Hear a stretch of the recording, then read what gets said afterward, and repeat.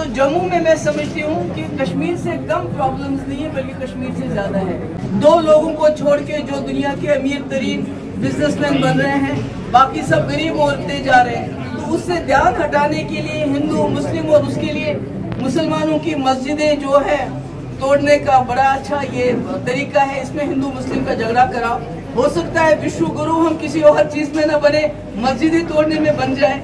जी madam, जिस तरह से कहा जाता है कांग्रेस की तरफ से कि पीडीपी और नेशनल कॉन्फ्रेंस फिर बीजेपी का, ये सवाल का मैं कई बार जवाब दे चुकी हूँ। मुफ्ती साहब किसी के हामी नहीं बने थे, पर उन्होंने जम्मू कश्मीर के हालात को, यहाँ के मैंडेट को, वाजपेयी जी की कारकर्दगी को देखे, डायलॉग को देखे, जम्मू कश्मीर के मसले के हल के हवाले से को देखते हुए मोदी जी से इसलिए हाथ मिलाया था कि वाजपेयी के रास्ते में चलेंगे और जम्मू कश्मीर की समस्या का समाधान निकालेंगे और जम्मू के लोगों को भी ये ना लगे कि मुफ्ती साहब आए और हमें पावर से बाहर रखा। इसलिए एक मिली जुली सरकार। मैम, क्या आप कश्मीरी पंडितों जो समुदाय वहाँ पे बैठा हुआ पीएम पैकेज के रिलीफ कमिश्नर के दफ्तर के बाहर, तो क्या आप उनसे मिलने जाएंगे? वो कल मेरे पास खुद ही यहाँ मिलने आए थे। मुझे लगता है वहाँ जाने की जरूरत नहीं है।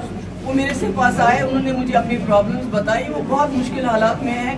जान सबसे बड़ी चीज है, मगर बीजेपी अपना नैरेटिव चेंज नहीं करना चाहते। ये दुनिया को बताना चाहते हैं कि कश्मीर में सब चंगा है। कश्मीरी पंडित अगर वहाँ से निकलता है तो फिर उनकी पोल खुल जाती है। तो इसलिए उनको कुर्बानी का बकरा बनाया जा रहा है। उनकी तनख्वाहें बंद है, उनको राशन पे तंग किया जा रहा है। कई लोगों की ट्रांसफर की गई है जो इनके मंजूर नजर है, जो इनके अपने लोग हैं, मगर उन बेचारों को तंग किया जा रहा है। But now over a period of time it has been seen that there is a drift. Are you worried that you are not able to consolidate your party vote in Jammu? देखिए, जम्मू में मुफ्ती साहब ने बहुत वक्त गुजारा। हमें जम्मू के voters की फिक्र नहीं है, पर हम चाहते हैं जम्मू और कश्मीर इकट्ठा रहे। यहाँ जो बीजेपी का जो यहाँ तांडव चल रहा है कि किस तरीके से जम्मू और कश्मीर को लड़ाया जाए, हिंदू और मुसलमान का लड़ाया जाए, उसके लिए मैं बार बार यहाँ आती हूँ, बात करती हूँ, लोगों से मिलती हूँ, उनको ये कहने के लिए कि हम एक सेक्युलर रियासत है और सबसे बड़ी अगर सेक्युलर कोई जगह देखनी हो तो वो जम्मू है, जहाँ आपको हिंदू, मुस्लिम, सिख, ईसाई सब मिलते हैं। कश्मीर भी ऐसा होता था किसी जमाने में, मगर आज बदकिस्मती से वहाँ ऐसा माहौल नहीं। कश्मीरी पंडित मुझसे मिले, जैसे कि आप सब लोग जानते हैं पिछले 3 महीने से वो लोग प्रोटेस्ट कर रहे हैं और उनकी ये डिमांड है कि हमें तब तक रिलोकेट किया जाए कश्मीर से बाहर जम्मू में, जब तक उन हालात में थोड़ा सुधार हो, उनकी टारगेट किलिंग बंद हो जाए और साथ ही जो उनकी अकोमोडेशन है जो अभी पूरी नहीं है उसको भी पूरा किया जाए, क्योंकि उनको कई जगह किराए के घरों में प्राइवेट रहना पड़ता है जिसमें उनको सिक्योरिटी का और ज़्यादा थ्रेट होता है। इसके अलावा हमसे जो यहाँ फार्मर्स का डेलीगेशन मिला, जैसे आप जानते हैं रणबीर सिंह कनाल जो है, जो पूरे वहाँ अरसपुरा और सुचीतगढ़ साइड में पानी देती है खेती बाड़ी के, वो बहुत बर्बादगी की हालत में पड़ी हुई है। उसका एस्टिमेट बना हुआ है जिससे उसको रिपेयर फिलहाल हो सकता है, जिससे वहाँ खेती बाड़ी का काम चलाया जा सकता है, मगर कोई ऑफिसर ध्यान नहीं दे रहा है। नतीजा ये है कि इस साल की बासमती जो भी फसल है वो वहाँ बिल्कुल ख़राब हो जाएगी। इसी तरह हमसे जो ये एम्प्लॉयज़ हैं वो मिले, रिटायर्ड एम्प्लॉयज़ हैं और जो इस वक्त काम कर रहे हैं वो एम्प्लॉयज़ भी मिले, जिन्होंने ये कहा कि SRO 43 को ख़त्म करके उनको बहुत दिक्कत हो रही है। पेंशन उनके जो प्रोविडेंट फंड है उसको मिलने में बड़ी दिक्कत हो रही है, ग्रेच्युटी मिलने में बड़ी दिक्कत हो रही है। जो मिनिमम वेजेस हैं जो पूरे कंट्री में अप्लाई होते हैं यहाँ पर नहीं हो रहे हैं, जिसकी वजह से काफ़ी दिक्कत है। डेली वेजेस जो हमारे वक्त में कुछ हमने रेगुलर किए थे, बाकी हज़ारों की तादाद में ऐसे ही पड़े हैं, उनके लिए कुछ नहीं हो रहा है। उसके बारे में बात हुई और जो टिपर ट्रॉली वाले वो मेरे पास आए थे। जैसे कि आप जानते हैं, मैंने पहले भी कहा कि जो यहाँ रेत बाजरी का ठेका होता था वो बाहर के लोगों को दिया गया है।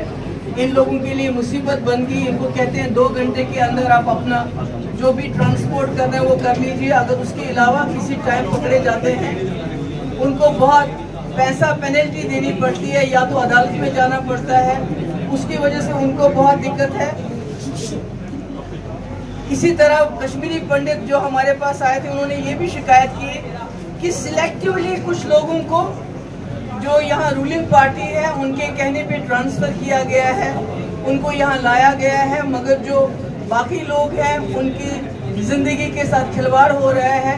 उनको कहते हैं आप जाओ, आपको जीना मरना वही है, हम आपको ट्रांसफ़र नहीं करेंगे, आपकी तनख्वाहें नहीं देंगे।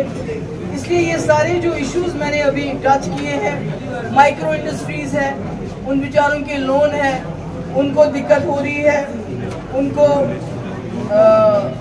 उनको बंद किया जा रहा है कि अगर कोई सिक यूनिट है उसका या तो ऑक्शन हो, ना ऑक्शन करते हैं ना रहने देते हैं। बहुत सारी ऐसी प्रॉब्लम्स हैं जो मेरे पास लोग लेके आए थे। इसके अलावा आप जानते हैं कि जो रिक्रूटमेंट हुई थी सब इंस्पेक्टर्स की, FAA की, और या जो जल शक्ति में जूनियर इंजीनियर्स की, वो सारी स्क्रैप की गई क्योंकि उसमें बड़े पैमाने पे धांधली हुई थी, जिसकी वजह से यहाँ के नौजवान और बेचारे परेशान हैं। तो जम्मू में मैं समझती हूँ कि कश्मीर से कम प्रॉब्लम्स नहीं है बल्कि कश्मीर से ज़्यादा है। अभी हाल ही में मैंने सुना कि जो ट्रेडर्स फेडरेशन ने बार एसोसिएशन की कॉल को सपोर्ट किया था, तब से उन दुकानदारों को भी बहुत तंग किया जाता है, चाहे वो जो भी मार्केट है यहाँ रघुनाथ बाजार से लेके उनको तंग किया जाता है, हरासा किया जाता है कि भाई आपने इनको सपोर्ट क्यों किया। मतलब किसी को बात करने की इजाज़त नहीं है, किसी को बोलने की इजाज़त नहीं है। तो मैं आपके माध्यम से ये जो इतनी भी प्रॉब्लम्स हैं इसको यहाँ के जो लेफ्टिनेंट गवर्नर साहब हैं उनकी नज़र में लाना चाहती हूँ कि वो इन प्रॉब्लम्स को देखेंगे तो अच्छा है कि जो आप PR पे इतना पैसा खर्च करते हैं कि सब कुछ चंगा है, चंगा कुछ भी नहीं है। लोग बहुत परेशान हैं, बहुत मुसीबत में हैं। इन लोगों के हालात पे नज़र डालिए। दूसरी गुजर है, वो बेचारे कभी कहाँ जाएं, कभी फॉरेस्ट डिपार्टमेंट के लोग आते हैं, कभी रेवेन्यू डिपार्टमेंट के लोग आते हैं, इधर से उधर, उधर से इधर निकालते हैं। और मेरे पास कल वक्त के भी कुछ लोग आए थे जो मुस्लिम अवकाफ ट्रस्ट है, यहाँ प्राइवेट ट्रस्ट है, वो आए थे मेरे पास। उन्होंने मुझे ये बताया कि कई जगह जो वक्त की ज़मीन है वहाँ रातों रात उसको निकाल के वहाँ झंडा लगा के कुछ और किसी और मजहब की कोई इमारत बनाई जाती है, और उसके बाद कहते हैं जब पुलिस के पास जाते हैं वो कहते हैं इमारत बन गई, अब हम क्या कर सकते हैं। तो मैं समझती हूँ ये सारी बातें जो लोगों के लिए मुसीबत जान बन गई हैं, इनका इजाला होना चाहिए। और ये हिंदू मुस्लिम में झगड़ा लगाने के लिए जो बीजेपी हर वक्त आगे आगे रहती है, इसको भी यहाँ के लोगों ने समझना चाहिए। Thank you so much.